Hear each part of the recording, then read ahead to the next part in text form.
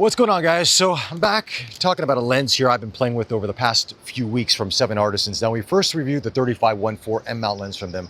I really like that lens with the character. It kind of reminded me of a pre-aspherical 35 Summilux. And then 7 Artisans reached out to me. They said, we got this new 50mm lens. Would you like to try it? And it comes in a variety of mounts: E mount, the EOS R mount, the Z mount, and the L mount. And of course, I have the Panasonic Lumix with me right here, the S1R. So I said, send me over the L mount to try it.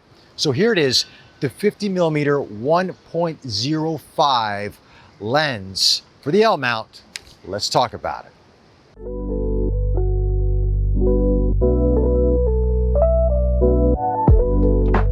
So before we begin, I do want to thank 7 Artisans for sending me out the lens. Having said that, we are not paid or sponsored for this video in any way, shape, or form. These are my thoughts and my thoughts only. So let's talk about this lens. Now, 7 Artisans has really been doing some interesting things with lenses for Fujifilm mount, for M-mount lenses, and now with a variety of mounts as we have here. And this 50mm 1.05 lens is not a lens for everyday photography. This is a very artisan lens. It has a lot of character. You can imagine wide open at 1.05, you can get a lot of bokeh. It is a beautiful lens, but it is a manual focus lens only. Okay, so while it works great here on the S1R, any L mount camera, it is manual focus, but that's fine because this lens requires you to slow down for your photography, especially if you want to, shoot wide open on this thing. And it's also great for video. But let's talk about the build quality. 7 Artisans has been doing some really cool stuff, and this lens, the packaging looks fantastic. The build quality out of this lens, it's built like a tank. I don't know how 7 Artisans does it for the price of $486 US. I really don't, because this lens is full metal construction. Even the mount is anodized. It is beautiful.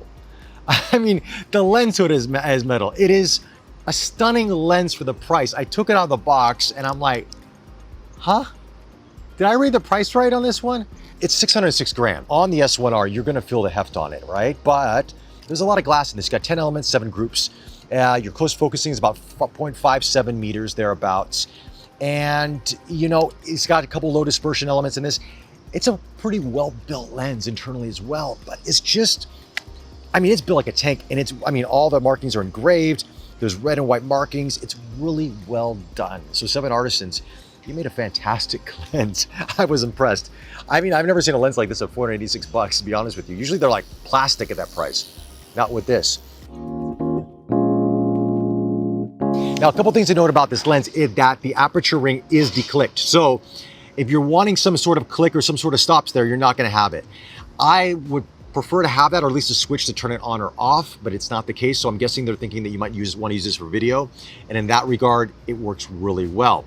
So you do have to just keep in mind that you can knock this out of 1.05 very easily. There is a little bit of tension on the ring there. Everything is very smooth, but it would have been nice to have a little bit of click. You know what I mean? Just if you want to keep wide open. But besides that, it's really about the image quality that's coming out of this lens. It reminds me sort of like those 0.95s, the 1.2s. It's got that kind of Noctilux vibe to it. Now, you are going to get some flaring depending on how you hit your light source on this because of the coatings on the lens, but that also adds to the artistic element to this. So if you really want to shoot some really cool portraiture, or you want to shoot some low light shots and just really try some different things, the sunset coming down and capture the sun glaring on things and just a little bit of the flare, it's really cool. And I think for people out there that want something a little bit different in their kit, we can have the standard autofocus 50mm lenses out there, the 1.8, the 1.4s, the 1.2s, even f2s out there, and they're all going to work fantastic. But if you want something a little bit special, but you don't want to break the bank, you got to check out this lens. It really did impress me. There's going to be chromatic aberration. There's going to be all that kind of stuff in there. Okay, this is not a perfect lens, but it's not meant to be a perfect lens. It's meant to just give a different perspective on things. So anyway, what we're going to do now is we're going to go in Lightroom. I'm going to show you images I've taken with the S1R with this 51.05. Let's check them out.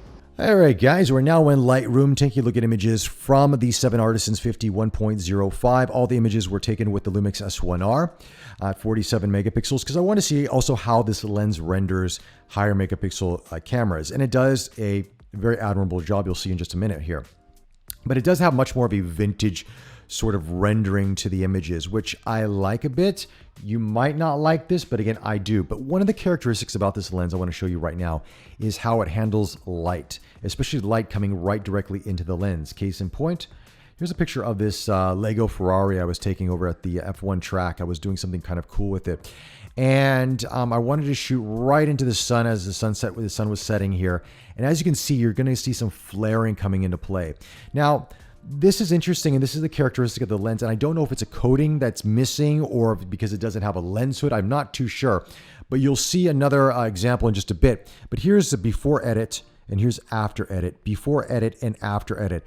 And I like this. You know, nowadays people are downloading apps or using filters to give the lens flare into their images, to give it some character, to give it something that's interesting. This lens does it natively. So if you like that, you're going to really appreciate this lens for what it offers. Here's another example of the flaring here. Now, I was taking a picture of this hotel, and there was a street lamp that was probably right around here. But for whatever reason, the way it was shaped or wherever the angle that was coming into in terms of the curvature of the glass, I got this flaring just popping on right here. And of course, there's two images to this. There's one image and there's another image. This is less severe. This is heavily severe. Now, this is kind of cool, and it can be, and if you know how to play with this, you can actually make the images look really interesting. Again, not perfection, but it works. Now, I was stopping down on this as well, just to kind of show you what the detail here. And again, it's not going to be the sharpest lens, and I'll show you some, examples of sharpness in just a bit. It's not that sharp, but it's the entirety of the image that really sort of brings it all together. And I think this lens does an admirable job, especially with the flaring. I think it's just really, really cool. Now, let me show you some portraiture here. Here's my friend Peter. Now, this was a shot at 1.05. I was focusing on his eyes here, right here. And yeah, that's sharp. Pretty much everything else, you're going to see a little bit of the hair that's in sharpness, but it's pretty much else is blown out. Now, let me just show you after edit, before edit. Now, let's look at the bokeh here because people like to, they like to inspect if there's green fringing around the bokeh area. And yes, there's a little bit of green fringing happening here. Is it correctable? Yes. Does it bother me? Not at all. This is 1.05, folks. You're not going to get perfection at 1.05 or 0.95. You can get close, but again, this is a $400 US lens thereabouts. So what I'm getting out of this, I'm very happy with it. Let me show you an image stop down. This was, of course, edited. So let me, let's zoom in on this. It was at about f2, 2.8 thereabouts because there is no distinct marking on the lens. So I don't know. And I was not looking at the lens when I was taking the photo. So I knew it was around f2 thereabouts, but look at this. This is much sharper. It really looks good stop down. Still got some great bokeh in the background here. To be honest with you, between these two, I mean, of course, the background is you can see more definition in the background here, but yeah, either way, it looks great. But I love the how it renders skin tones. Not too sharp, not too soft, but it's just right. Sounds like a fairy tale, doesn't it? Okay, let's move on to this image here. This was taken at night at this this temple here. And I was focusing on this lady's face here. Again, at 1.05, you're going to focus on one small spot. Everything else is going to get blown out unless it's on the same focal plane. But yeah, you're going to see some green fringing coming into play here, especially with the light. This is before edit, after edit, before edit, after edit. So you can see I just played with the exposure a little bit and the highlights and the shadows. Again, when you look at the image back here, it looks great. If you want to zoom in like 400% like I'm doing here, yeah, you're going to see some imperfections. But as a complete image, I'm happy with it. Here's another shot from that temple, just to kind of show you these deities that were here, these statues of sorts. And forgive me, I don't know the exact names of these. Correct me in the comment section if you do. But I just wanted to capture in terms of the colors, the highlights, the lowlights, the dynamic range, and all that. And I was focusing on this area here. And yeah, I'm happy with it. Again, not perfection, but if you look at the image as a whole, it works relatively well. And now let's move on to this gentleman here. Let's show you a little bit about the sharpness on this. Now, this gentleman was sleeping on this chair, and I just found it interesting with this man and this woman here sleeping, and there he is here. So I thought this contrast was very interesting to me. But if you zoom in on this, again, this is a 1.05, not the sharpest. I did add some sharpening. Here's before, here's after, before, after. Let's look at the before for a second. Let's zoom in on that. Again, I mean, You look at the hair right here, you're gonna see a little bit of fringing around there. So it's got more of a vintage feel to the lens, but a little bit more controlled than, let's say, the 35-1.4 from 7 Artisans. This feels more controlled in that regard, but overall happy with it. And then I took another photo of the gentleman here, but I put it in black and white just because I love the whole feel and vibe of this. And again, here's before edit, after edit, before edit, after edit. Sometimes black and white just really changes the feel of an image altogether. Now, there's one thing I do want to talk to you about in terms of the 1.05 and something to take note of here, because you do not want to just overdo it, because you can make things look like miniature people or miniature caricatures, and they can look like a toy. And you see this sometimes in smartphone photography when you have these phones, they give you this really fast aperture setting, and some people overdo it and it looks fake. And this can happen as well with this lens. So you need to be careful with it. Case in point, taking a photo of this lady here, just focusing on the flowers on the back of her head. I should have actually been focusing on this lady's face here, but yeah, I was punched in here. But as you can see, 1.05, everything is kind of blown out. You do get a little bit of cat's eye here on the bokeh, just in case if you're wondering. It can make everybody look a little bit more smaller than they actually are in real life. So personally for me, I use 1.05 once in a while with this lens. I'm more comfortable stopping this down to 1.4, f2, 2.8. I see this is where the lens really shines. 1.05 for really low light photography, yes, definitely. But daylight, you can get this kind of a look that may not be optimal. Okay, it doesn't look professional in my personal opinion.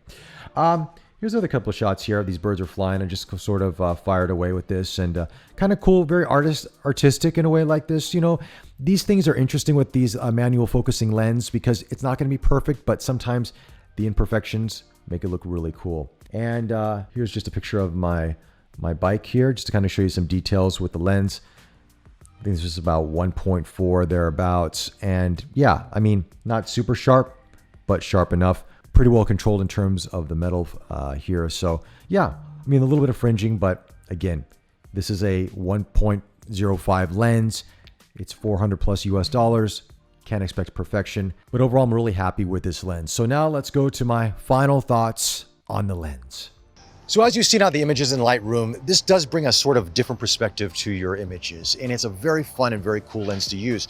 Now, some of my nitpicks to this lens, if I can mention a couple, would be, yes, again, I wish the aperture was clickable, because I do like to have that. And another thing is that the lens cap, while it's metal and it's got soft lining internally, it does tend to pop off relatively easy. So I wish there was a little bit more tension on that. And I wish there was some sort of lens hood on this as well, because, or at least some sort of pull out and turn lock lens hood, because there isn't. Now, of course, you can, buy an external lens hood online or something like that and fit the 58mm threads on this. But it would have been nice to have that. But I really can't fault 7 Artisans, especially for the price point and what they've done with the lens as a whole, because it's really well made. And I think the moment you pick this up in your hands, you're going to be very impressed with what they're doing. I don't know how they're doing it at this price point, but whatever they're doing, I hope they continue it, because it's really sort of giving a little bit of inspiration to that lens market out there for third-party lens manufacturers to push the envelope a little bit. You don't necessarily have to compete with the big boys, but give someone an alternative out there that's fun, it's creative. At the same time, it looks good on the camera, it's built well, and it performs, as you saw in Lightroom, pretty damn impressive. Anyway, those are my thoughts on the 7 Artisans 50mm 1.05. Let me know your thoughts in the comments section below. Like always, follow us on Facebook, subscribe to us on YouTube. Be safe out there, and I'll chat to you soon. Take care.